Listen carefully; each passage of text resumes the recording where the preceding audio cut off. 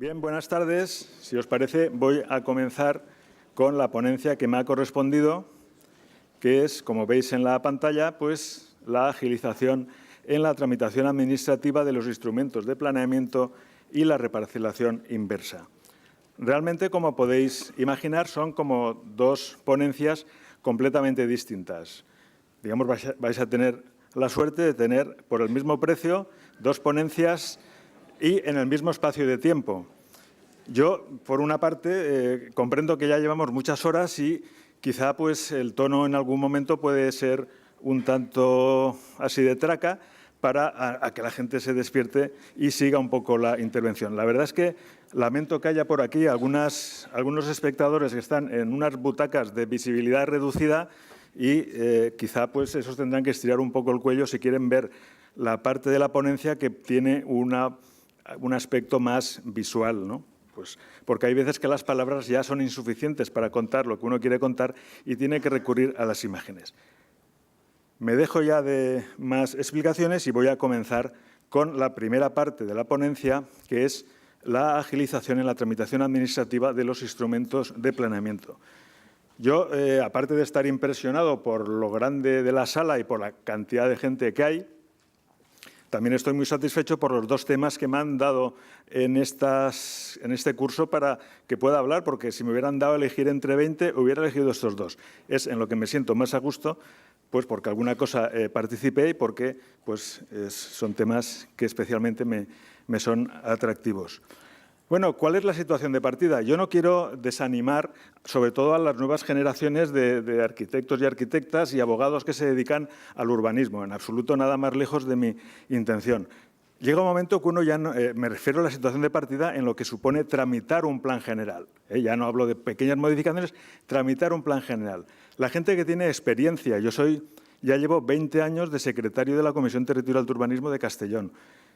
Y ya entras pues con relación con muchos técnicos. Yo creo que ahora soy portavoz de una serie de técnicos municipales, de arquitectos sobre todo, que están en la tarea de tramitar un plan general y ya llega un momento que las palabras ya no te son suficientes para expresar la situación en la que ellos se encuentran. ¿Cuál es la situación de partida?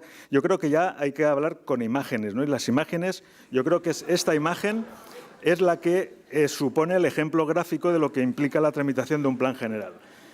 El tiro y arrastre, además tan propio de estas tierras, que implica el que hay una serie de gente mirando que casi que apuestan, algunos de ellos, dice a ver si no se aprueba el plan. Esos son, pues a veces, la administración sectorial, el público que luego va a impugnar el plan, que está esperando a que no se apruebe, haciendo apuestas. Y aquí, pues depende, los papeles, puede ser no vamos a decir que el caballo es el...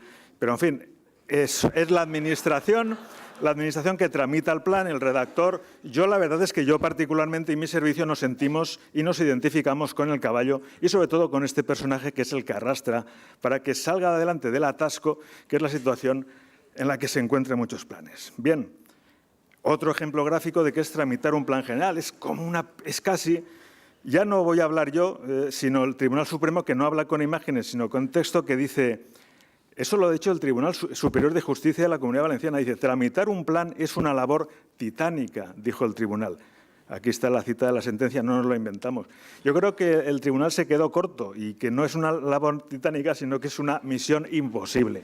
Tramitar un plan general ha llegado a ser, lo siento, es así, en general, vamos, siempre, y hay que ser optimistas, pero también un poco con sentido del humor, describir la situación en la que nos encontramos.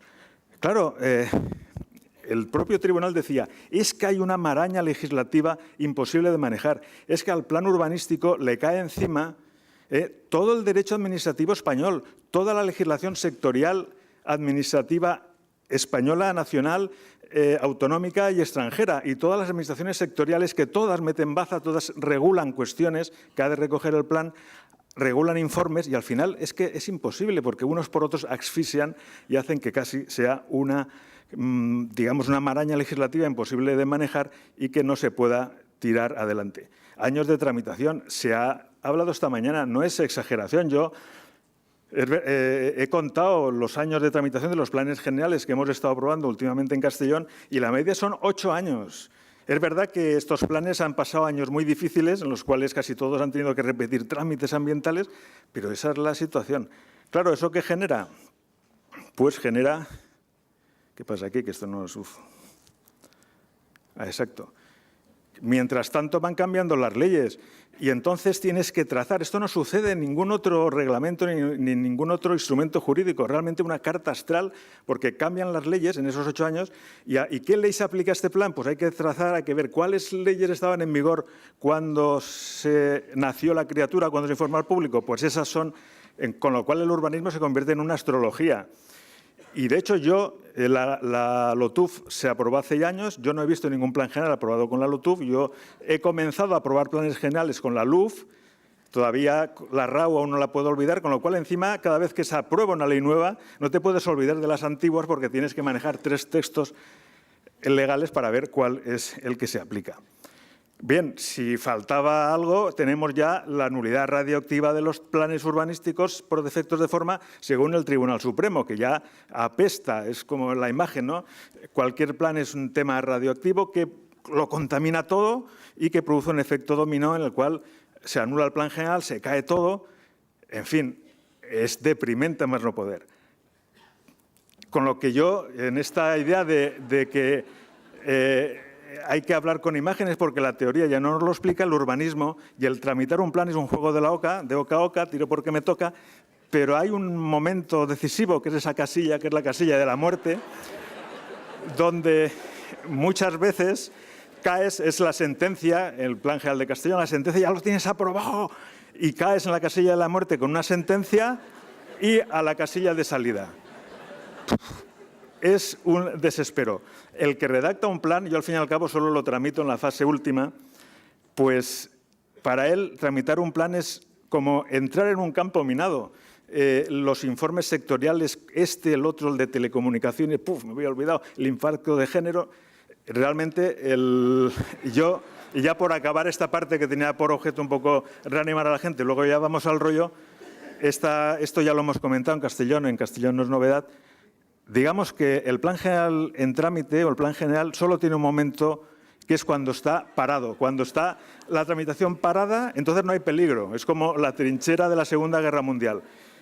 Pero el día que lo tramitas, date por muerto. Es como el personaje este que dice, bueno, aquí me van a dar por un lado o por otro. Si no es el informe del Júcar, será el informe del otro, si no la sentencia. Y la posibilidad de que acabes todo este episodio de la tramitación del plan con una aprobación que no te lo anulan, pues casi que es mínima. De hecho, ya en los pueblos, por lo menos en la provincia de Castellón, casi que ya cuando se aprueba el plan general, lo declaran fiesta local, tiran cohetes, hacen bandos y hay una gran fiesta, que no saben lo que han aprobado, pero piensan que es una cosa importante, porque vamos. Bien, entonces, esto realmente no es fácil de solucionar. Lo único que por lo menos pasa como... Yo qué sé, pues los temas, el hambre en el mundo, pues no podemos solucionarlo, pero cada uno en su ámbito reducido de su pequeña influencia, pues puede tomar decisiones que sí que van a contribuir a que eso mejore. Pues eso es lo que ha intentado hacer la ley de modificación de la LOTUB con pequeños puntitos que no tienen quizá demasiada relevancia global, pero que van en la dirección. Entonces yo voy a hablar de, por una parte, principios de simplificación en la documentación exigible, que es el nuevo artículo 14.4. Me referiré a un tema estrella que a mí, bueno, vamos a hablar brevemente de él, la potenciación de la función coordinadora de la Comisión Territorial, realmente es de la Comisión Informativa, pero bueno, de la Comisión Territorial de Urbanismo, la obtención de informes sectoriales. Ya se ha hablado esta mañana y en la intervención anterior, pero dar una explicación, porque la gente dirá, pero a ver, tú no estás diciendo que hay que simplificar, y entonces, ¿por qué ponéis un nuevo trámite, que es el 49 bis? Y encima ese artículo fue idea mía y yo lo propuse, pues tendré que dar una explicación. ¿Cómo es posible que yo, que quiero que se simplifique, añado otro trámite? Pues brevemente lo explicaremos. Y también pues, la regulación que se ha hecho de la tramitación simultánea del Plan General Estructural y pormenorizado, pues que puede tener algún interés, por lo menos en la provincia de Castellón había municipios que se habían mostrado interesados por esa posibilidad y cómo se ha regulado. Bien, comenzamos pues con el primer apartado, que son una serie de principios simplificadores que se incluyen en el artículo 14.4 de la LOTUB. Me emocionó tanto que me he quedado seco.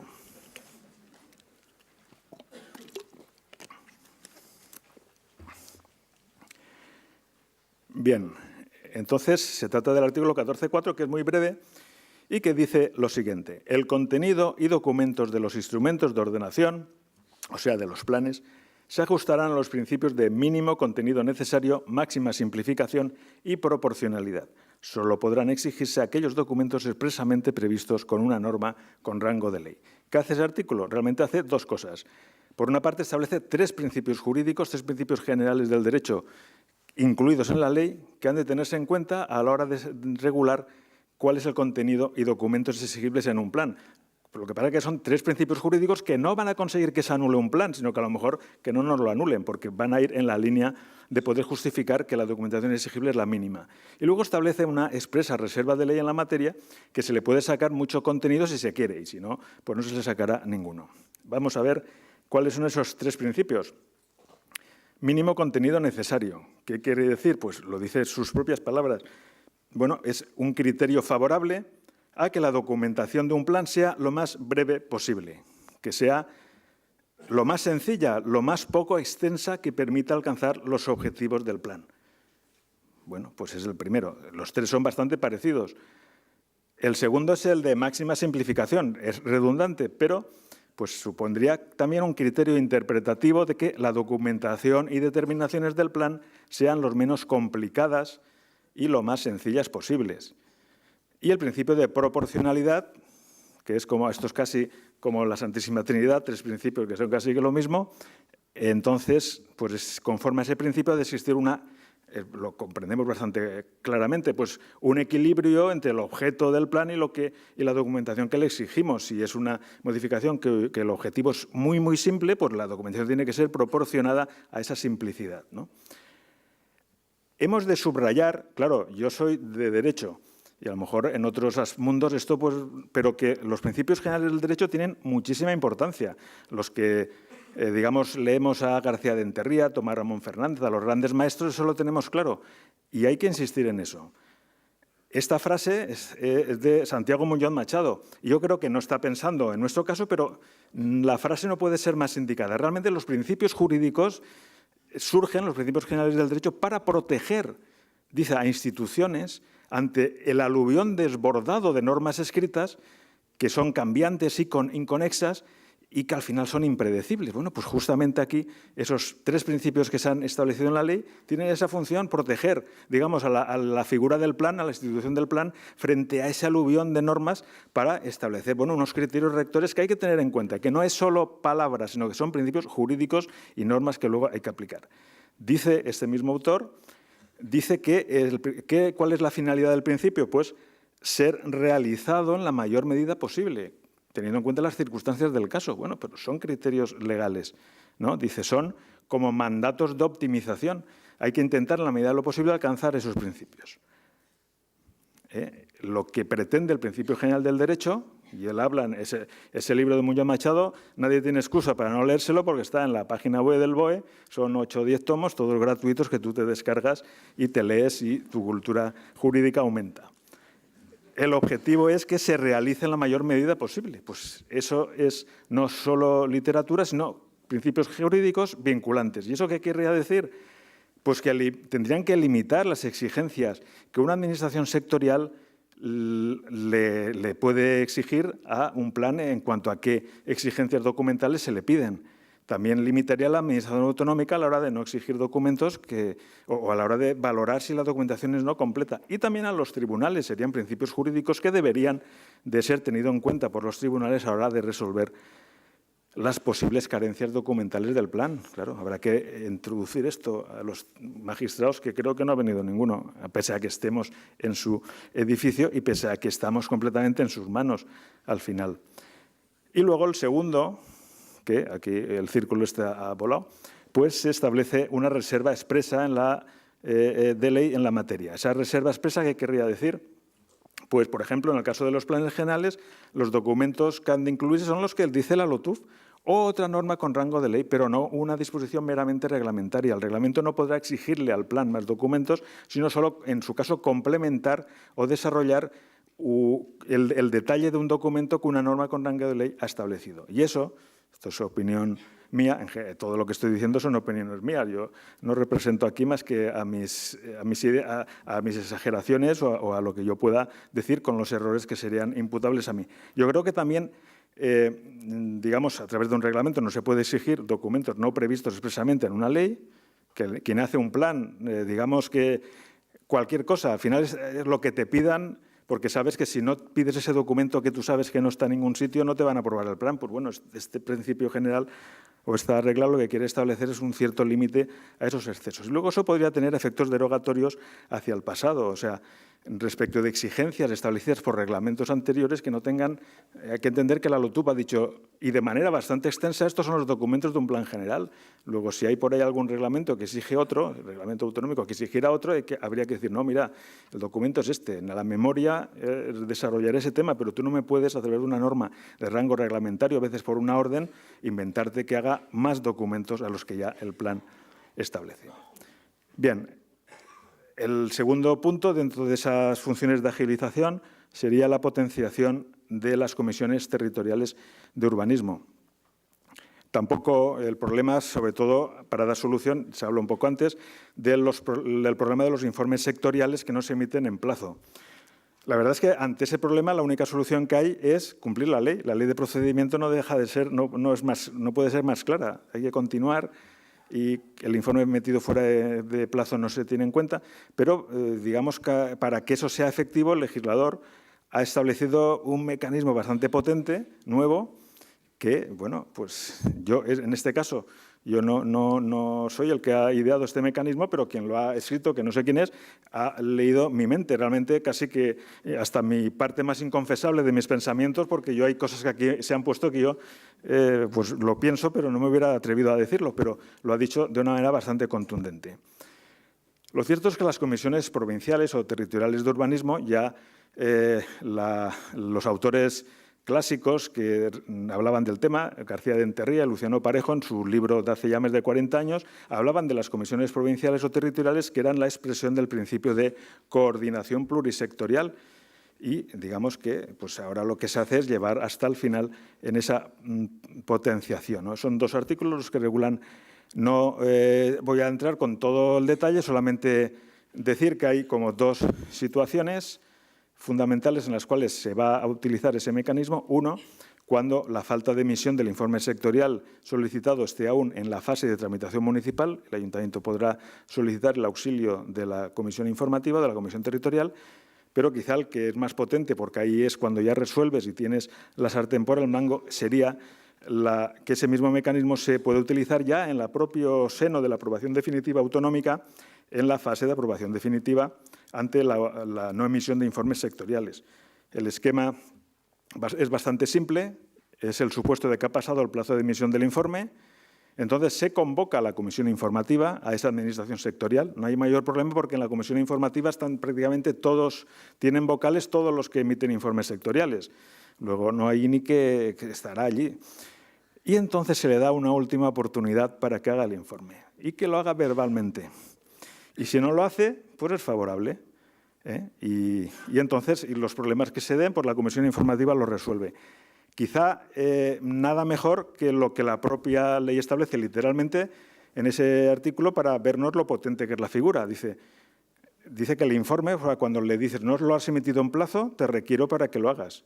Dice, se podrá emitir en la comisión de forma verbal.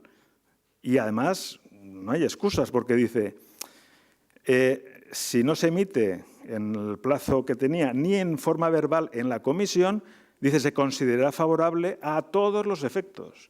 Y luego, para que no haya truco, dice, y si no vas, la incomparecencia o el silencio o la manifestación contraria no justificada tampoco es excusa.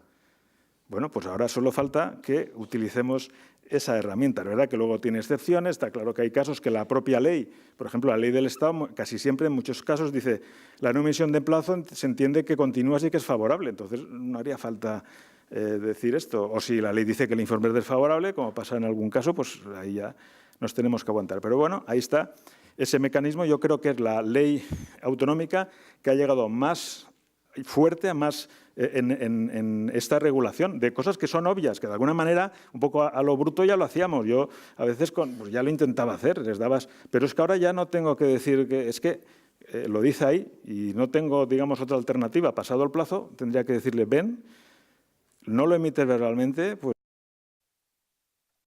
comparecencia, que es la técnica habitual, y dice es favorable a todos los efectos. Claro, luego la ley lo dice, los tribunales, si hay recursos, pues tienen que… Es que ya era para mí un escándalo que se hayan anulado planes generales por informes no emitidos cuando el Estado ha estado en esa comisión y no ha votado en contra, como ha pasado en Tarragona y otros, o sea, en el de Laredo. Bien, pues esta regulación yo creo que no puede ser ya más fuerte esa previsión. Alguna explicación tengo que dar de por qué ese artículo 49, porque diréis, a ver, otra pega, otro trámite más. No. El tema está que la Ley de Procedimiento Administrativo Común, es la Ley 39/2015, en el título 6 reguló un procedimiento básico aplicable a todo tipo de reglamentos y que, por lo tanto, también era aplicable a los planes urbanísticos. Y se inventa un trámite de consulta previa al inicio antes de tener incluso redactada la disposición general, que entonces ya la doctrina había comenzado a decir que esa consulta previa, que no la prevé ningún plan urbanístico tal y como la prevé la Ley 39, pues ya tenemos otro motivo de nulidad de planes. Claro, había que dar una regulación. La regulación que se ha hecho despeja cualquier duda. Te dice en qué casos hace falta y en qué casos no, con pleno ajuste. O sea, el Consell Jurídic Consultiu ya había dicho que se aplicaba a las ordenanzas locales con una serie de condiciones. Con los planes ya había comenzado la incertidumbre. Por lo menos por ahí ya no nos van a anular más planes porque hay una regulación que lo aclara. Yo creo que lo aclara en términos lo más sencillos y razonables. El poner en la página web, en el portal web, esa consulta pública que de modo sucinto se diga qué problema quiere solucionar con el plan, cuáles son los objetivos básicos, cuáles son las soluciones alternativas, es muy sencillo. Hay que ver en la página web del Ministerio, cuando va a aprobar decretos de gran calibre, la consulta previa que hace y no tiene más de 2 folios. Pues esa es una cosa. Como la ley prevé que haya casos en los cuales se puede eximir, la ley básica del Estado, esa consulta, pues ese es el objeto.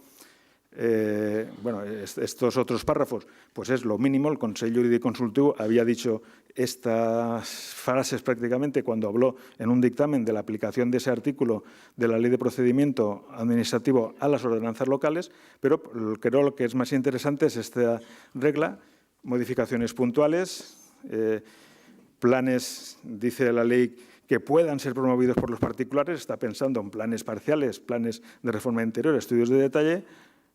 Y esto de graves razones de interés público es que la ley básica del Estado prevé ese supuesto, además de los otros de modificaciones menores de los reglamentos, como en los cuales también se puede excluir. ¿Qué pasaría con un plan especial? Pues también hay que tener en cuenta que como el objeto, o sea, el trámite es tan sencillo, tampoco pasa nada que ante la duda, pero está claro que si se trata de un plan especial que no deja de ser de una modificación de aspecto muy parcial del plan general, pues se puede con toda tranquilidad decir que no es aplicable. Si es un plan especial, pues imaginemos en Castellón el plan especial que se hizo de la marjalería, que tenía bastante incidencia, por lo prudente en estos momentos sería hacer ese trámite.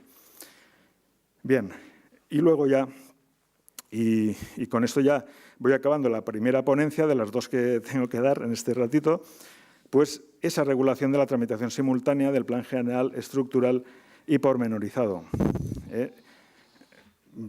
Bueno, parece, ese sentimiento se nos había transmitido, sobre todo en municipios muy pequeños, que yo una vez hecho el esfuerzo de hacer un plan general, que sustituye generalmente a un proyecto de delimitación de suelo urbano, municipios de 200, de 300 habitantes, a veces, que no prevé ningún nuevo desarrollo, pues ya que haces todo el trabajo, parece interesante dotarte de todo el planeamiento, no de un plan estructural, contratar a un equipo y al cabo de unos años contratar al otro. Entonces, ya había un artículo en la LOTUP que preveía la tramitación simultánea de un plan estructural y de uno de detalle, pero esa regulación no respondía a una serie de problemas que sí que se dan ahora, por lo menos incluso con más motivo cuando el órgano ambiental, en un caso ahora es el ayuntamiento, antes en la versión inicial de la LOTUP siempre era autonómico. ¿Quién es el órgano ambiental? ¿Cómo articulamos los trámites? ¿Es posible compartir documentos? Pues bueno, la regulación del artículo 58, el original no lo solucionaba, el 58 modificado, yo entiendo que sí, pues las reglas son de bastante sentido común. En este caso, que un ayuntamiento quiera tramitar conjuntamente el general y el pormenorizado, tiene que comenzar haciendo un documento de inicio único y conjunto, no dos, sino uno único, que se remite, en este caso se opta porque el órgano ambiental sea el autonómico, así ya de los dos planes, y así nos evitamos trámites repetidos. Entonces, se envía el único documento de inicio conjunto de los dos planes, habrá un documento de alcance. Luego ya el documento de alcance dará cobertura tanto al general estructural como al plan pormenorizado. Tras ello ya se puede formalizar de manera separada el plan general estructural y el pormenorizado, pero hay una matiz, se podrán compartir documentos informativos y justificativos que pueden ser comunes, y evitando así dudas de que luego digas, es que como son dos planes, pues hay que repetir todos los documentos, se pueden compartir, y luego ya pues existirá un trámite conjunto de participación pública. El ayuntamiento enviará al órgano ambiental los dos documentos para que haga la evaluación ambiental, y luego ya, tras la evaluación ambiental, la comunidad autónoma aprobará el plan general estructural y luego el ayuntamiento el plan general pormenorizado. La regulación se ha intentado que sea lo más sencilla posible y que dé solución a una demanda. A nadie le obligan a hacer la tramitación simultánea, pero si un ayuntamiento quiere hacerla, pues tiene las reglas claras sin esas dudas de entonces yo cómo hago uno y otro si son al mismo tiempo, pero el órgano ambiental en un caso soy yo, pues esa es una solución bastante razonable. Hay en la ley pequeñas modificaciones en relación con la tramitación de los planes, pero que yo no voy a tocar porque solo me he limitado a esta parte de la agilización en la tramitación y centrándonos en 4 puntos. Fin de la primera parte, comienzo de la segunda, que no tiene nada que ver, porque una cosa es planeamiento y esto es la reparcelación inversa. Aquí, la verdad es que manda narices por culpa de lo lenta que es la tramitación parlamentaria, siendo la comunidad autónoma la que ideó la figura y la reguló primero. La reguló en el proyecto de ley de una manera bastante detallada. Por pocos meses, la Comunidad de Castilla y León se nos ha copiado esta redacción, pero copiada, fusilada, vamos, copiada sin ninguna duda, y aprobó unos meses antes en un reglamento una redacción que está copiada de la nuestra, vamos, pero sin paliativos, vamos. No está inspirada, sino está literalmente copiada de una versión anterior, de la versión inicial que se expuso al público. Cuando se expuso al público la LOTUP, alguien en Castilla lo copió, y en el reglamento, pues ellos han sido los primeros, pero los originales es la Comunidad Valenciana, porque es un texto que se preparó en la casa con intervención también de algunos registradores de la propiedad y bueno, pues salió lo que salió, pero ahí está. Tampoco está mal que otros lo copien, quiere decir que no estaría tan mal, ¿no?, si lo han copiado.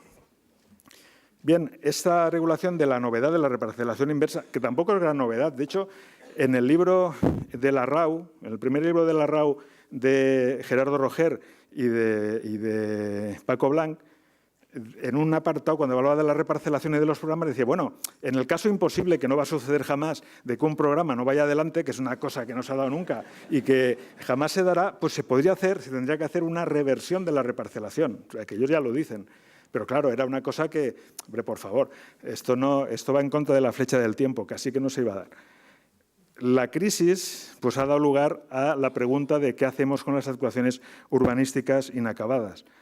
Claro, es un problemón. Entonces, ¿qué hacemos? Pues seguimos para adelante, acabamos, dar marcha atrás. No hacer nada, a la larga, es la única alternativa no viable, porque el problema se pudre, no se soluciona solo. Entonces, bien, también el fenómeno que se dio en esos años, todos lo conocemos. Era un terreno rústico, entonces de repente surgía un urbanizador, entonces decía, ¡ojo! Y claro, ¿qué pensaba el urbanizador?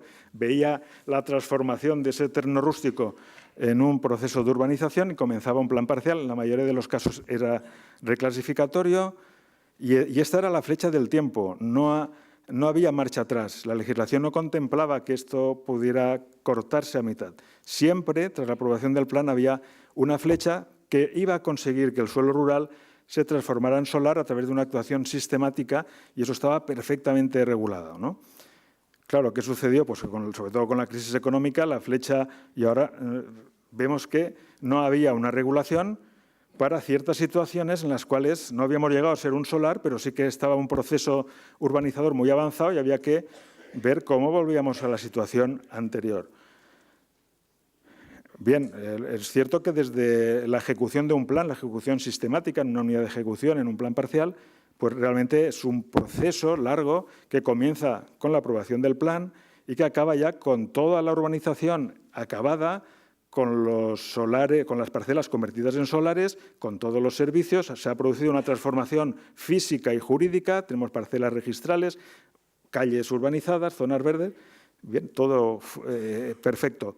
Claro, entre un momento inicial y el final hay varios momentos, sobre todo generalmente hay uno en el que se aprobaba ya la reparcelación, se iniciaban las obras de urbanización, claro, las obras podían comenzar, no comenzar.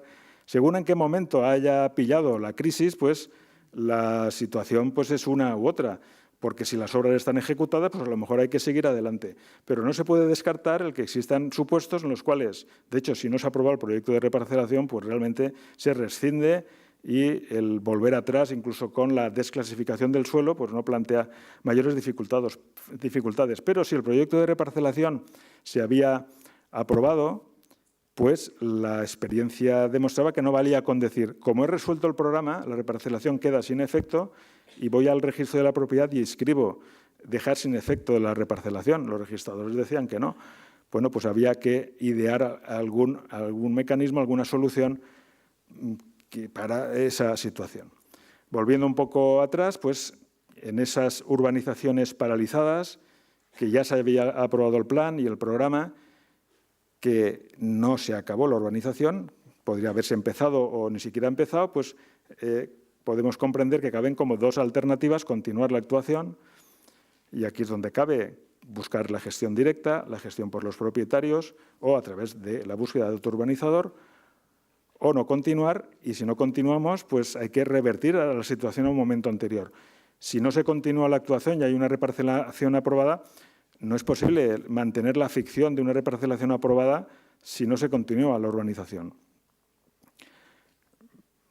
Pues la ley ya lo tuvo y ahora pues sigue las modificaciones que se han introducido, van un poco en la misma línea, pues las opciones ante una urbanización no acabada, pues está el continuar seleccionando a otro urbanizador, que puede ser otra forma de gestión. Lo normal entonces es, primero se ha de resolver el programa y entonces se conserva lo realizado, se busca a otro urbanizador, bien gestión directa, gestión por los propietarios, los bienes y recursos pues, resultantes pues, de esa liquidación se afectan a la nueva programación. Bueno, esa posibilidad siempre ha estado y la ley ahora, pues en el detalle, también introduce, digamos, detalles que permiten o hacer más fácil la gestión directa, sobre todo, que ahora es la preferente, y también regula, pues con quizá más precisión, la gestión por los propietarios.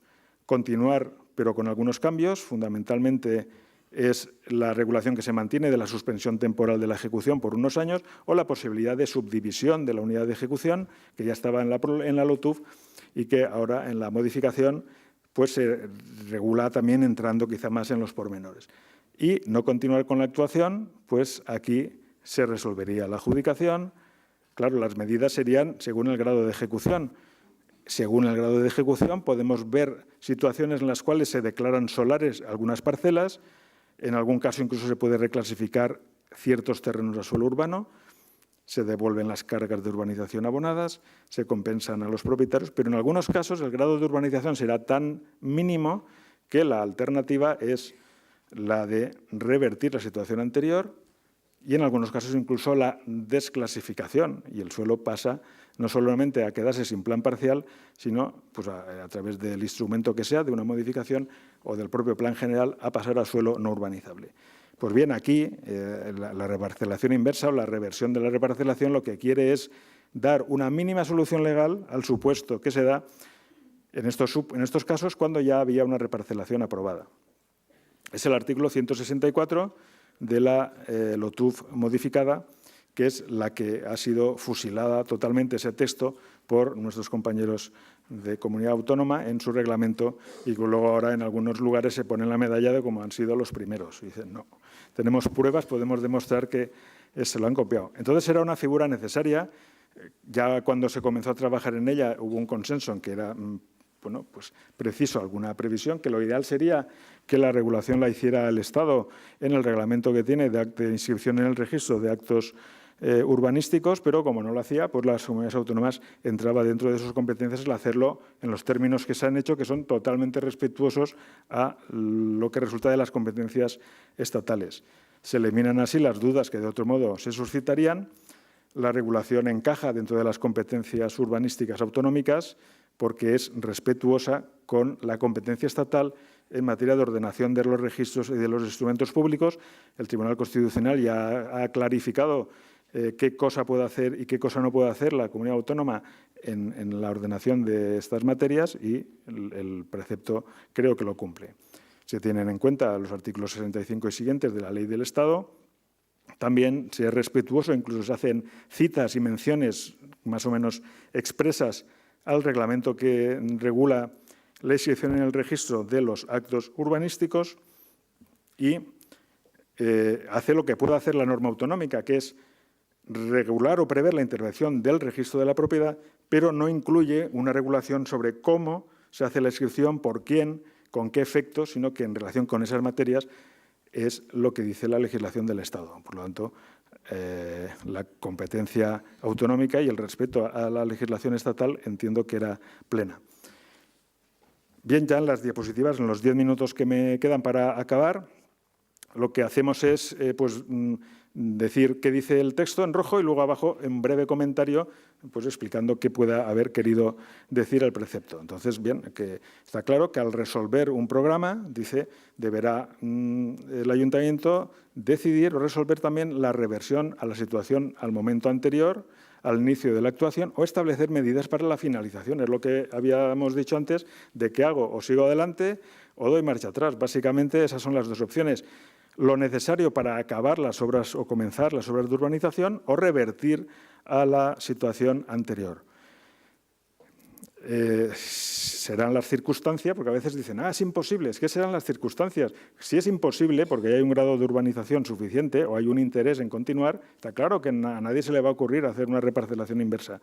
Serán las circunstancias del caso, si ya es que no hay ninguna persona interesada, pues no va a haber más remedio que hacerlo, porque la reparcelación como figura es incompleta si no se hace la obra de urbanización. Realmente yo pienso que en sentido jurídico es como si fuera un acto administrativo sujeto a condición. La condición es que se acabe la obra de urbanización. Y si no se acaba, se da una causa legal de reversión de la aprobación del acto, que es una revocación por incumplimiento de una modalidad de condición. Y la reparcelación inversa no es más que la regulación de ese supuesto de revisión o de revocación de la reparcelación por incumplimiento de una de sus condiciones, que se haga la obra de urbanización. Entonces, ya continúa el precepto. Si de haberse aprobado la reparcelación, el ayuntamiento podrá optar, claro, es una opción, porque podrá optar por otras alternativas, como el decir, voy a seguir adelante porque esto es un lío y no hay manera de volver marcha atrás. Pero serán las circunstancias las que harán que haya supuestos en los cuales esta opción sí que es la adecuada y entonces por lo menos tienes unas reglas para que luego no te lo tumben, para decir, no, esto lo he hecho de esta manera, con este procedimiento. De hecho, los registradores que nos ayudaron en esta redacción nos decían, bueno, es que esto que habéis regulado es lo que por lógica habría que hacer, volver hacia atrás a través de un procedimiento similar y las reglas que estáis hablando son las reglas lógicas que ahora, con la legislación de ahora, pues ya tendríamos que aplicar. Solo si la reparcelación ya estaba aprobada puede ser necesario acudir a esto. Evidentemente, si la reparcelación no se aprobó, pues no hace falta. En el caso tipo, yo pienso que prácticamente es el que se da cuando las obras de urbanización ni siquiera se han comenzado. Entonces, no se ve viable. Solo se habrán pagado, pues como mucho, una cuota cero de los honorarios de los proyectos, pero no se ha hecho nada y no hay el menor interés. Luego veremos una cautela que da la ley de decir, bueno, pues hasta tal punto no hay interés que le doy a los propietarios la oportunidad de que ellos lo hagan y en 3 meses no me manifiestan su intención de hacerlo. La reparcelación realmente no es sino una figura incompleta si no se culmina el proceso urbanizador. Yo pienso que es correcto desde el punto de vista jurídico decir que su plena eficacia está afectada por una cláusula resolutoria implícita. Si no se hace la urbanización, si no se cancela esa circunstancia, realmente ha de determinar que la reparcelación deba quedar sin efectos, pero eso quedar sin efectos exige tramitar un procedimiento para dar garantías a todos para que sea efectiva. Y establece ese precepto unas mínimas reglas. Lo que hace es, pues era necesario regularlo para evitar dudas, entraba dentro de los ámbitos de la competencia, ya lo he dicho antes, pleno respeto a lo que el Estado regule, y si el Estado se atreve ya de una vez a regularlo en su reglamento, pues ha acabado, ya nadie. Pero tenemos que rellenar ese hueco, como no lo han regulado ellos, se seguirá el procedimiento del artículo 92, que es el que habla del procedimiento de reparcelación. Pues ya está claro. La lógica es seguir el mismo procedimiento, es un procedimiento hacia atrás, es dejar sin efecto, pues se sigue el mismo procedimiento en el cual se da otra vez intervención a todos los que han intervenido. Ya está. Se elaborará un proyecto. Claro, aquí sí que, como ya no va a haber lo que hay que tener claro es que es igual que cuando estamos en la flecha del tiempo normal hacia adelante, hay una plusvalía que hace que todos los gastos de la actuación las paga el propietario porque al final es rentable. Aquí hay que asumir que en estos casos ese proyecto pues no los va a pagar. El ayuntamiento tendrá que afrontar unos gastos y que el proyecto de reparcelación inversa tendrá que hacerlo el ayuntamiento, y que creo que no parece razonable que encima lo paguen los propietarios. Que si aquí no se puede hacer la tortilla sin romper un poco el huevo, y supone algún gasto. Si el ayuntamiento quiere que todo esto se haga, pero sin gastarse ni una peseta, ni un euro, pues no va a ser posible. Pero, en fin, habría un proyecto en el que, como regla, pues las fincas iniciales en ese proyecto de reparcelación inversa serían las finales del proyecto de reparcelación, y al revés, las fincas de origen aportadas serían las finales en ese proyecto de reparcelación inversa. Se trata, pues, de volver a la situación inicial, de dejar sin efecto lo que se había aprobado. Hay aquí un matiz que dice, bueno, pero por razones justificadas se podrá regularizar la configuración de las fincas. Al fin y al cabo, esas fincas no entiendo yo que haya que cumplir. Las fincas iniciales eran las que eran. No hay que volver en esta reversión hacia atrás a exigir si las fincas van a ser rústicas que cumplan la parcela mínima, ¿no? Serán la parcela mínima agraria, serán las que eran. Pero también sería una tontería que no se pudiera aprovechar con la conformidad de los propietarios a regularizar esas fincas aprovechando este procedimiento. Por eso dice que por razones justificadas se podrá regularizar la configuración de las fincas resultantes del proyecto de reversión. No es exigible, digo aquí, que cumplan las exigencias de la parcela mínima de la legislación agraria. Sería dejar las fincas como estaban. Aquí será necesario que intervengan los que tengan derechos inscritos, está claro. Eso ya resultaba del artículo 92, al que nos remitimos, pero se insiste para que nadie dude de que eso es así. Bueno, siempre aquí, inmediatamente, cuando alguna vez hemos hablado de la reparcelación inversa, cuando aún era un proyecto, siempre levantaba alguien la mano y decía, y los terceros ni terceros adquirentes, pues no hay mayor problema que en la reparcelación hacia adelante.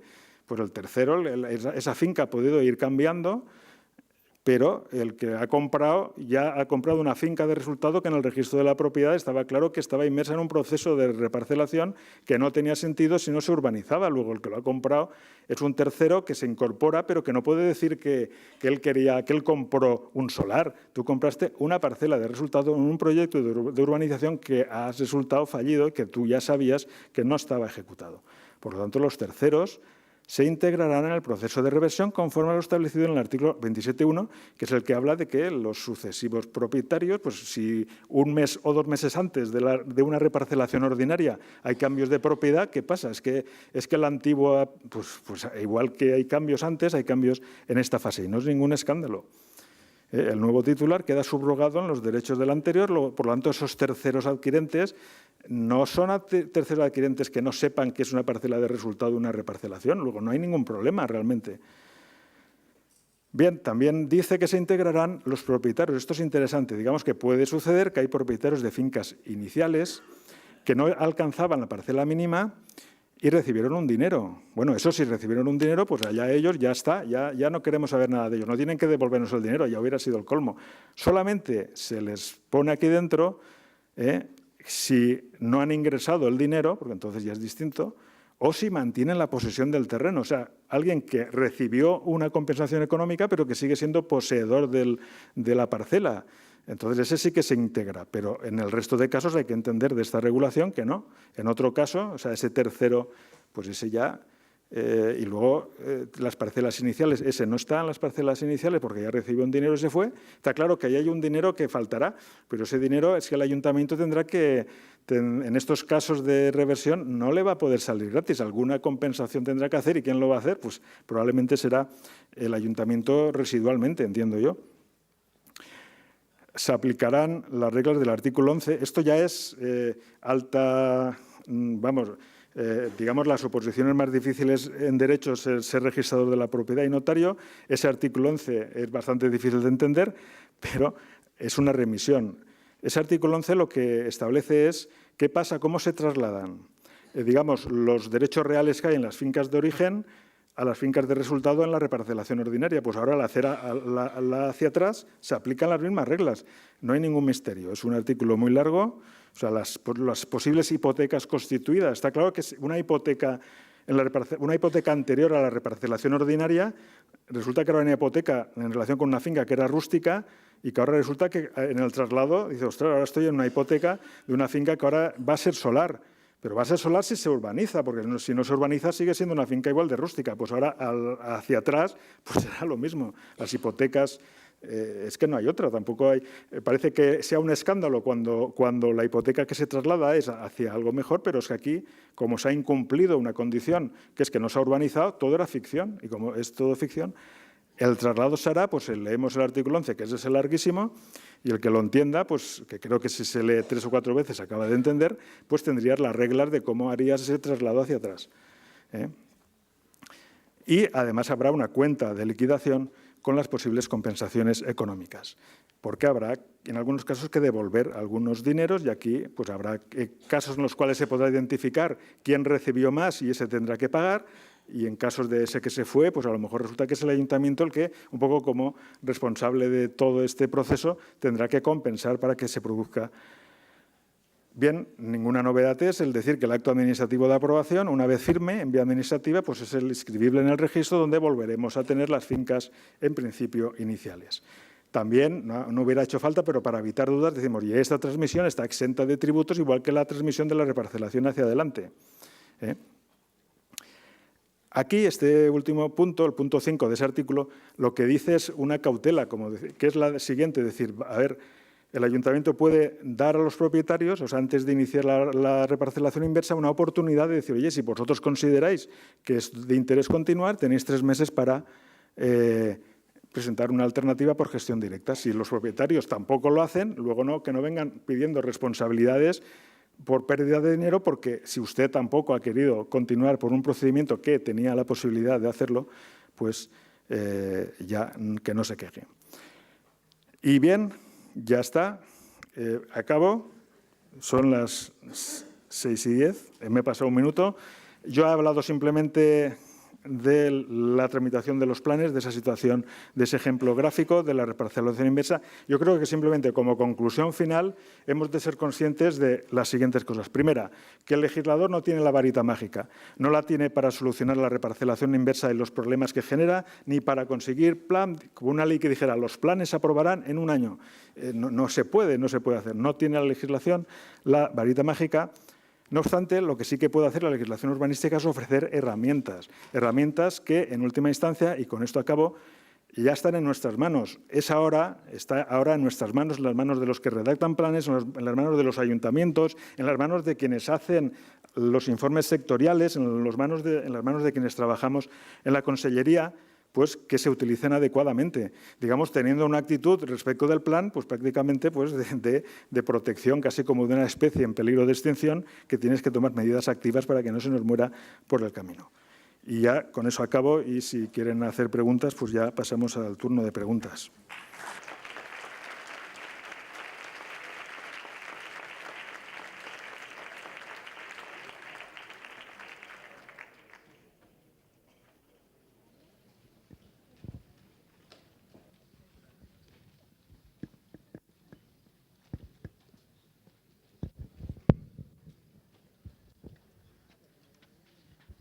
Gràcies. Són 2 preguntes. La primera és quan, o sigui, després d'una reparcel·lació inversa, les opcions suposo que són o esperar a un altre programa o desclassificar, que és viable també.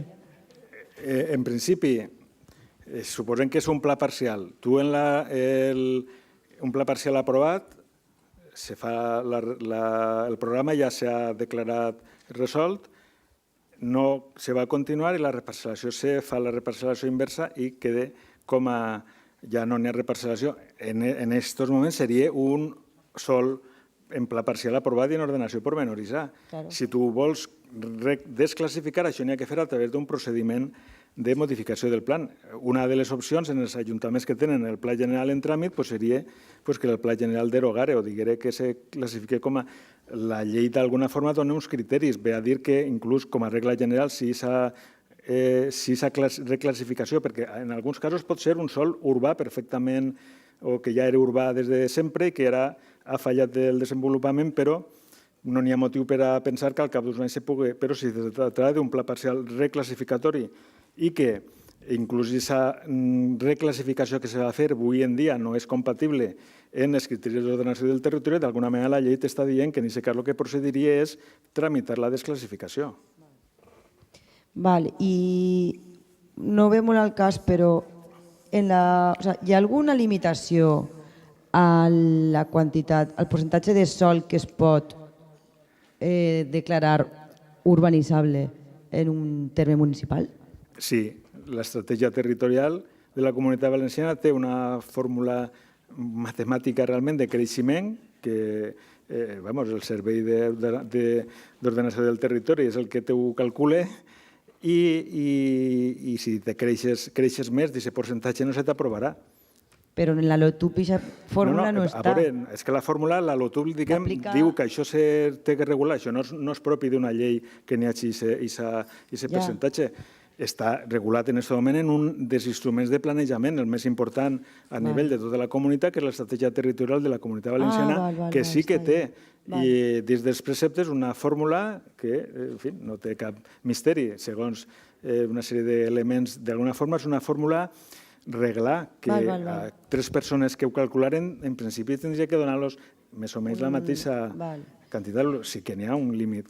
I per últim, que en les tramitacions que són les més habituals, que són modificacions puntuals de pla general, tramitació simplificada o aprovació municipal, els famosos informes, les fases de consultes, la primera que és la de 20 dies com a mínim per a la tramitació ambiental i després la dels 45 dies per a la segona fase, quin és el plaç per a emetre els informes quan fas les consultes? Tens que tindre en compte que la modificació de la LOTUP ha ampliat. El que eren 20 dies, crec que ara són 45, i el que eren 45 dies crec que són 60. I això són els terminis de la consulta. Si en aquest temps no t'han contestat, teòricament tu tindries que continuar. És a dir, des que rep la notificació l'entitat o l'organisme que siga, el mateix plaç. Té per a emetre l'informe. Les consultes diu que són. No fa falta que la llei valenciana no fa falta que digui què passa si tu demanes un informe i passa el temps. Per això està la llei de procediment administratiu. La llei de procediment administratiu te diu en ningú cas podrà la interrupció durar més de 3 mesos. Això és molt fort i en qualsevol cas se continuarà. Una altra cosa és que tu tragues del no tindre informe la conclusió adequada. En algun cas, tu tens que treure la conclusió que com no s'ha demostrat certa cosa, segons la càrrega un poc de la prova, això què vol dir? I n'hi ha que tindre en compte que n'hi ha informes, alguns quants, que el passar el temps implica que l'informe és negatiu. En algun cas claríssim com el de l'aigua, la llei d'aigües, i en algun tema de cultura també diu que és negatiu.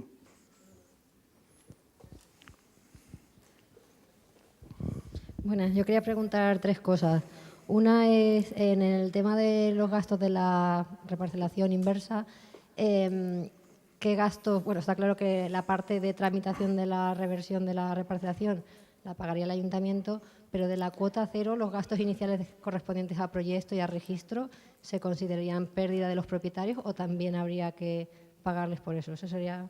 Claro, no sé, es que eso habría que, yo así a bote pronto no te sabría responder, habría que ver el caso concreto y pensarlo en función de las reglas un poco de la lógica. Es decir, esto no ha servido de nada, pero aquí ha habido, de entrada, si todo se ha hecho correctamente,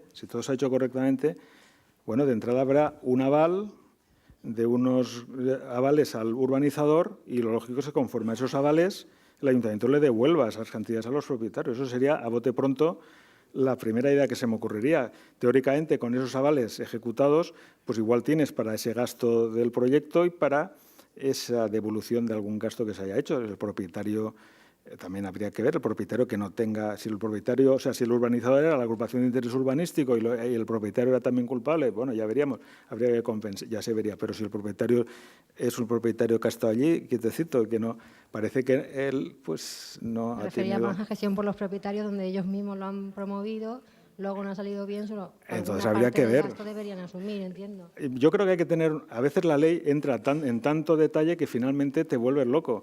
La ley no puede entrar en todos los pormenores y en cada caso también, oye, el derecho no, así todo el mundo parece que es abogado, pero el derecho tiene sus técnicas y el interpretar los textos legales es un criterio, que es una técnica normativa de interpretar y tú ante un caso concreto tienes el texto, el Código Civil, criterio y esos principios inspiradores que están por ahí, que son como la atmósfera en la que viven, las atmósferas en la que respiran las leyes escritas y esa atmósfera pues es el principio de equidistribución, y a partir de ahí dice, bueno, esto que no está regulado por lógica, pues ya veremos. Como lo lógico sería, ya te digo, si todo se ha hecho bien, el ayuntamiento tendría unos avales y con ese dinero podría ser la primera financiación de esa vuelta atrás. Si no ha hecho los avales, ya la culpa, ya entramos en que el ayuntamiento ha sido negligente al no exigir unas cautelas. Si la situación es tan complicada que no hay otra alternativa, pues habrá que seguir hacia adelante. Pero si no se ha hecho nada, el propietario no hace nada, bueno, es que lo que no puede es estar indefinidamente en unas parcelas, en un suelo rústico como el de la foto que yo había puesto, pues indefinidamente en una reparcelación que no se corresponde a nada. Claro, también hay que entender, en esa reparcelación pues habrá unos suelos, el ayuntamiento también tiene que pensar que unos suelos dotacionales que no se materializaron, las zonas verdes, los viales, que incluso se los había puesto a lo mejor en su inventario y tal, pues esos vuelven a ser ya no públicos. Por eso quizá convenía que la ley lo regulara para que luego no hubiera nadie, el interventor o quien fuera, que esto ya es dominio público, ¿no? En la reparcelación también implicará que los suelos dotacionales cedidos, pues tampoco ya se vuelven hacia atrás, ya no son públicos, serán de los propietarios iniciales, con todas las cautelas y con todas las dificultades que en cada caso pues habrá que ver. Está claro que en un supuesto en el que los propietarios masivamente estén en contra de esa vuelta atrás, pues va a ser muy complicado. Si los primeros propietarios comprenden que es razonable tener unas fincas con unas características que se corresponden con la realidad rústica del terreno, pues si a esto se le añade, porque aquí también en esa marcha hacia atrás va a haber un factor adicional externo al urbanismo, pero muy efectivo, que es la norma catastral de que si tienes ordenación pormenorizada pagas y si no, no. Entonces eso va a ser un incentivo para desclasificar, primero para dejar sin efecto el plan parcial y ese será el primer paso para el paso siguiente, que será que si no lo hacen los ayuntamientos en algún momento, como han hecho alguna comunidad autónoma, alguna ley que pasará por ahí dirá los planes parciales que se aprobaron en tal fecha y que no se han desarrollado quedan automáticamente desclasificados y se acabará el problema. Y entonces nadie protestará porque ya dirán, no, esas expectativas que yo tenía, era castillos en el aire, esto no tenía ningún tipo de... Vale. Otra pregunta es, en los 3 supuestos que se pueden dar con la urbanización iniciada, era continuar con otro sistema de gestión, Sí. Continuar con algunos cambios, ¿no? Y la tercera es no continuar, pero ahí en la diapositiva aparecía un subapartado que era declarar solares determinadas Bueno, es que parcelas. si tú ves, hay artículos en la LOTUB que no se han modificado, otros sí, que contemplan todas las posibilidades. Podría suceder que estuviera un porcentaje tan alto ya urbanizado que esos ya son solares. Entonces, en ese caso, tú a esas parcelas, eso no es una novedad, le declara la situación de solar y si hace falta se modifica el plan y a lo mejor resulta que el resto... Claro, ahí hay propietarios que habrán pagado, es en cada caso concreto donde habrá que, pero que teóricamente sería posible que el Estado fuera tan avanzado que con unas mínimas obras, a lo mejor con unas obras de urbanización que hace el ayuntamiento en un proyecto ordinario, acaba de completarlo y da la reparcelación por buena y agota y acaba el tema. hay una hora límite que no sé cuál es, en la cual nos van a dejar encerrados en el edificio. Entonces, una pregunta súper rápida. yo más que nada porque tengo que volver a Castellón y no. En la reversión, aparte de ofrecerle a los propietarios la posibilidad de si quieren continuar ellos, ¿es necesario que el ayuntamiento emita algún informe sobre la inviabilidad de hacerlo por gestión directa o sería suficiente el ofrecimiento? A ver, digamos que ahora, claro, ahora hay un cambio. En la ley dice que siempre hay que justificar que no acudas a la gestión directa. Entonces, bueno, en estos supuestos, lo lógico es que el ayuntamiento primero se plantee, ¿voy a hacerlo por gestión directa? Y vea, pues es que no puedo, no tengo medios, y en ese momento le ofrezca, digamos que lo que sí que es, cuando tú ya decides que no lo vas a hacer por gestión directa y que antes de decidir, digamos, volver atrás y revertir la reparcelación, en ese momento sí que hay que ofrecerle a los propietarios esa última oportunidad. Pero si quieres hacerlo por gestión directa, puedes pasar de los propietarios, la haces directamente.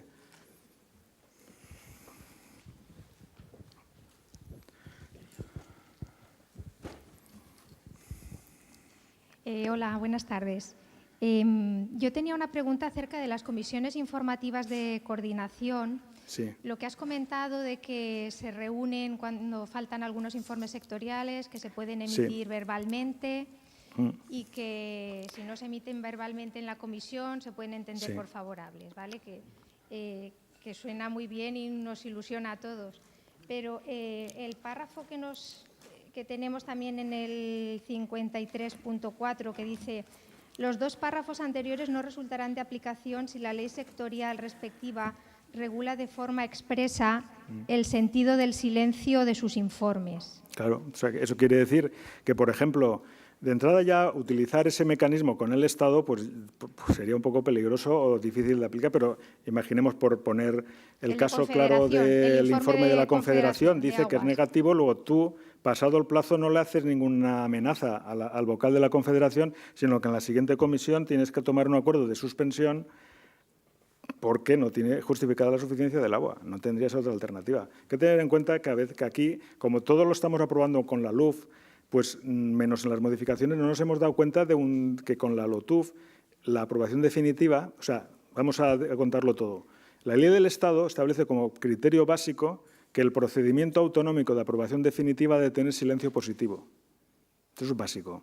Y cada ley autonómica tiene que establecer el plazo. Entonces, el plazo es de 3 meses. En el caso valenciano, entonces tú en 3 meses tienes que hacerlo todo. Y en el caso de uno de esos informes, pasado 3 meses, se vuelve a reabrir el plazo y no puedes no tomar ningún acuerdo. En ese caso, del informe del Júcar, no hay problema. Como es negativo, tú tienes que suspender para que no se apruebe por silencio. Pero entonces En el caso de los que no tengan ningún efecto, que sean en principio la mayoría, es donde actuaría la otra regla de decir, ha pasado el plazo, la ley de procedimiento me permite continuar. Lo que hace la LOTUF es potenciar esa función coordinadora de la Comisión Territorial, formalizando. Hay veces que, igual que el sistema parlamentario, a veces son reglas que no hace falta escribir, pero luego las constituciones modernas las escriben, pues aquí unas reglas que podían ser ya usos que la Comisión utiliza, pues ahora se regulan expresamente. Pero eso se formaliza un informe, pero mientras existan informes sectoriales pendientes con su legislación sectorial que tenga sentido negativo pero o también positivo. O sea, los de carreteras del Estado, pasados 2 meses, dice que puedes continuar y se entiende favorable. Ahí tampoco le haces advertencia. Entonces, sería el caso residual. También es verdad que nada te impide que en el último momento, ese que ha guardado silencio y que la ley dice que era positivo, ese día te lo haga negativo. Entonces, también siempre habría de entenderse que incluso en esos casos, aunque no lo dijeras expresamente, ese que la ley dice que puedes continuar y que es positivo, con su actuación ese día y su silencio, está evitando e impidiendo, por principios de buena fe y de práctica administrativa lógica, el que luego el Estado dijera, no, ahora te lo hago desfavorable. Si tú no lo hiciste y yo puedo continuar porque es favorable, el día de la comisión no dices nada y pues levantamos acta, y eso tendría que tener el efecto de que luego un tribunal dijera, oiga, si usted pasó el plazo, no dijo nada, la ley de procedimiento, o sea que el juego, más allá de la literalidad, también en esos casos puede tener una consecuencia, porque un poco por analogía, pero en el sentido estricto eso se aplicaría a los informes que no tienen. La ley expresamente no ha dicho que. La regla general es que, pasado el plazo, tú puedes continuar. La regla especial es que te diga una ley que es negativo. Hay también una regla especial, que es que en ciertos casos, sobre todo el Estado, en esas relaciones con la comunidad autónoma, él se ha visto obligado a decir, bueno, mira, si pasan 2 meses, tú puedes continuar y se entiende que es positivo. Pues en esos casos, lo lógico es que también esa presencia que tiene el vocal del Estado, si ha pasado el plazo y no ha dicho nada, tú puedes continuar porque es positivo. Si ese día ni siquiera verbalmente dice nada, vamos, las relaciones de buena fe entre las administraciones implica que sería el colmo el que luego el Estado te lo impugnara cuando no te lo ha hecho en plazo, y ese día, o sea que en ese sentido ese artículo, aunque no se le aplicara, sí que se le pondría a que emitan el informe, pero no les puedes obligar. Bueno, en los que sí que le es aplicable plenamente, que es aquellos que tú puedes, sobre todo lo que el efecto es que se entiende a todos los efectos que es favorable, cuando la ley no dice ni positivo ni negativo.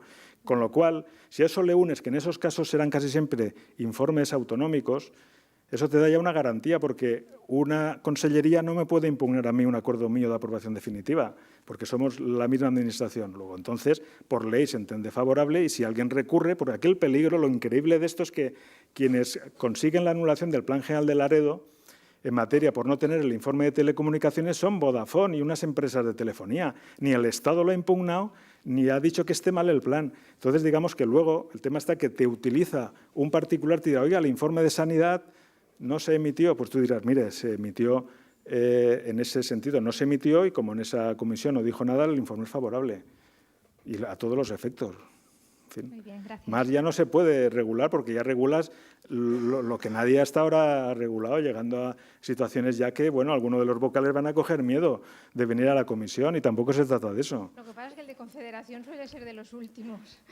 Y ahí estamos Pero, más pillados. digamos, la Confederación también, las reglas, yo no, digamos, pues el tema está que al final tienes que ser más activo. La Administración autonómica, sobre todo con un plazo tan breve de 3 meses, tienes que ser más activo en el sentido de que pasa, o sea, y insistente. Lo que pasa es que hay veces que alguna administración sectorial le sabe mal que tú estés detrás de ellos y que al mes le envíes otra carta y otro recordatorio, pero es que no hay otra. Y la única manera de que conste es que sea con un escrito que esté en el expediente, porque las llamadas se las lleva el viento y luego se retuercen, y al final las llamadas parece que sea otra cosa. Entonces, quiero decir que entonces lo normal sería, pasado el plazo de un mes del Júcar, yo le envío, yo suelo hacerlo, le envío una carta a la Confederación y le digo, mire, como usted no me ha informado en un mes, le comunico que en la próxima comisión voy a llevar el expediente para suspender.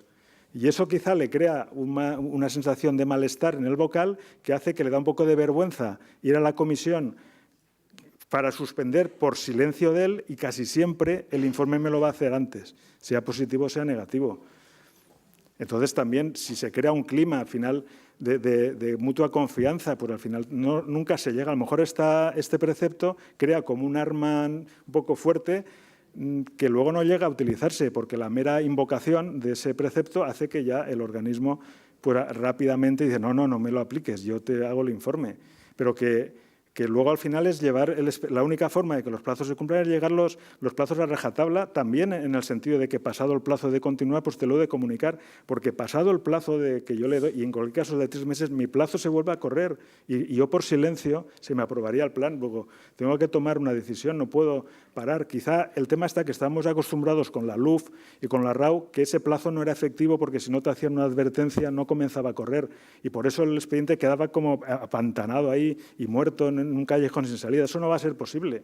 Incluso si yo, a una administración, yo recibo un informe desfavorable de un organismo, yo se lo comunico al ayuntamiento y tengo que darle un plazo para que me arregle eso. La ley de procedimiento dice que en el plazo que yo le doy para subsanar, el plazo queda suspendido, el plazo de resolver. Pero pasado ese plazo, se vuelve a reabrir si no me dan la documentación. Con lo cual yo, ante un informe negativo de carreteras, pasados 20 días no me traen el documento de subsanación, yo me veo obligado en la primera comisión llevar el expediente a suspender. Con lo cual, si eso comenzamos a aplicarlo y con la LOTUB no habrá otro remedio, no habrá este problema de planes que están por ahí en vía muerta, estarán o suspendidos o aprobados. Pero no habrá esa categoría de estar ahí en un cajón y que 10 años después están ahí, porque no será posible.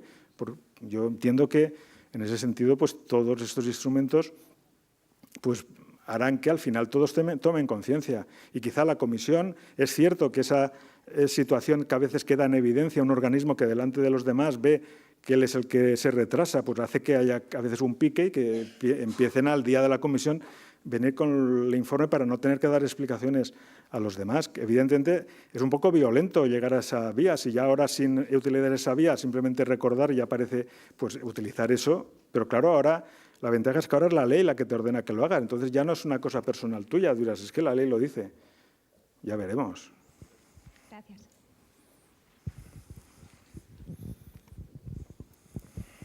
Buenas tardes. Bueno, mi pregunta es sobre tramitación administrativa, pero también es un poco en relación a la ponencia primera de la tarde, de la directora general. Entonces, ¿puedo formularla? Bueno, pues es en relación al plazo de consultas, o sea, a la relación entre el plazo de participación pública y consultas del planeamiento urbanístico normal y la relación con la participación pública de los estudios de paisaje. Hasta ahora teníamos que en el artículo 52 dice que la versión preliminar del plan, que es un documento que tiene que estar ya acabado totalmente y que tiene que incluir todos los informes, todos los estudios sectoriales, incluido el de paisaje, se supone que totalmente acabado, con la valoración y la apreciación de la ciudadanía para poder delimitar la zonificación estructural y para poder, y eso se hace a partir de la delimitación de las unidades de paisaje. Bueno, pues ese documento ya completo del estudio de paisaje, que por tanto incluía la valoración de las unidades de paisaje, se somete a participación pública y consultas junto con el resto del plan general, según el artículo 53, ¿no?, de 45 días.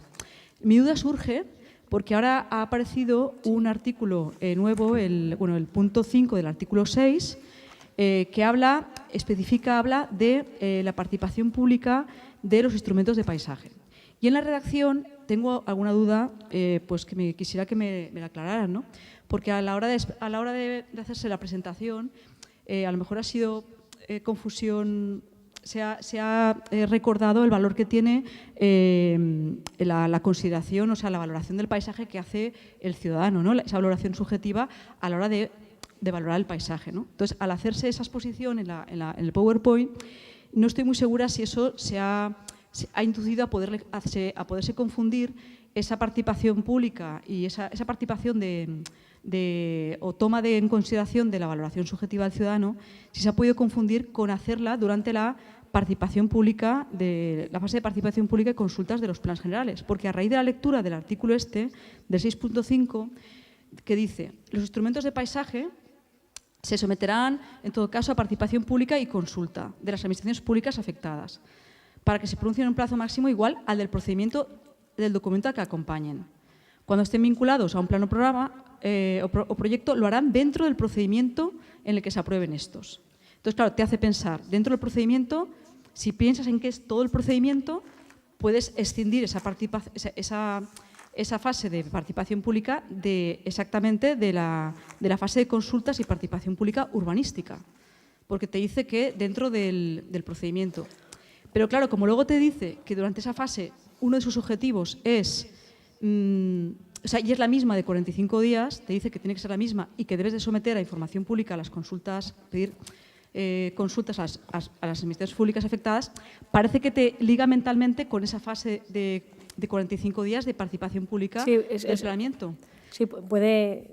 Podría adelantar, porque claro, si no estaríamos vulnerando, porque es que luego te dice, esa fase, su objetivo es conocer la opinión y preferencias del público interesado respecto al valor de los paisajes concernidos, que es lo que te ayuda a delimitar las unidades de paisaje, bien, a catalogarlas, a ver si son de mayor valor o menos valor y hacer realmente y montar realmente el sí, plan efectivamente, completo. El plan de participación pública del estudio de paisaje debería de estar ya ejecutada previamente. En cualquier caso, en esa fase de información pública, que el documento evidentemente también tiene que estar a disposición del público y someterlo igual que el resto de documentación, sí que se pueden hacer precisiones y que se pueden hacer también alegaciones, formular por ejemplo, las alegaciones que pudieran surgir en esa fase que concernieran a cuestiones de paisaje, pues se podrían también considerar y tener en cuenta. Yo creo que sería así. Pues yo también creo que es la lectura que yo esperaba que me dijerais, porque sí era importante, porque si no, claro, si los que queremos hacerlo bien, leyéndolo de aquí, puede confundirse, que es la otra fase, la de 45 días, la que hay que utilizar. Y si la quieres adelantar, que es lo que toca, pues bueno, era la precisión esa la que yo quería. Gracias.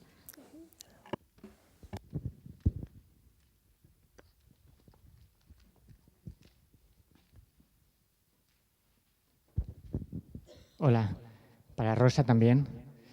El tema de la red de espacios comunes que has comentado, que tiene su precedente en ese plano que has enseñado de perspectiva de género y lo que en algunos planes generales ya llamaban infraestructura morada o infraestructura violeta, por su paralelismo con la infraestructura verde. ¿Tú entiendes que igual que la infraestructura verde debe también tener una eficacia normativa y formar parte de los planos de ordenación y tener su desarrollo en la normativa, o se quedaría a nivel de análisis? El anexo sí que dice que tiene que formar parte de la ordenación estructural y trasladarse tanto a las normas urbanísticas, que claro, en muchos casos, aunque el anexo menciona normas urbanísticas, muchas veces van a ser ordenanzas del plan de ordenación pormenorizada, ¿no? Cuando esa red se defina a la escala correspondiente de barrio, pero o sea, todos esos viales y todo ese sistema de espacios comunes que se defina con carácter estructural o pormenorizado sí que deberá tener su reflejo en los planos de ordenación, y también lo dice el anexo.